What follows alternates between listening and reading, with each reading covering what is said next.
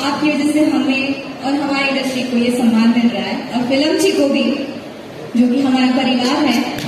आपके चलते आज ये चीज हो रही है, ये सम्मान मिल रहा है हमारी इंडस्ट्री को, और बहुत प्राउड की बात है, मुझे बहुत गर्व हो रहा है ये अवार्ड लेके आज।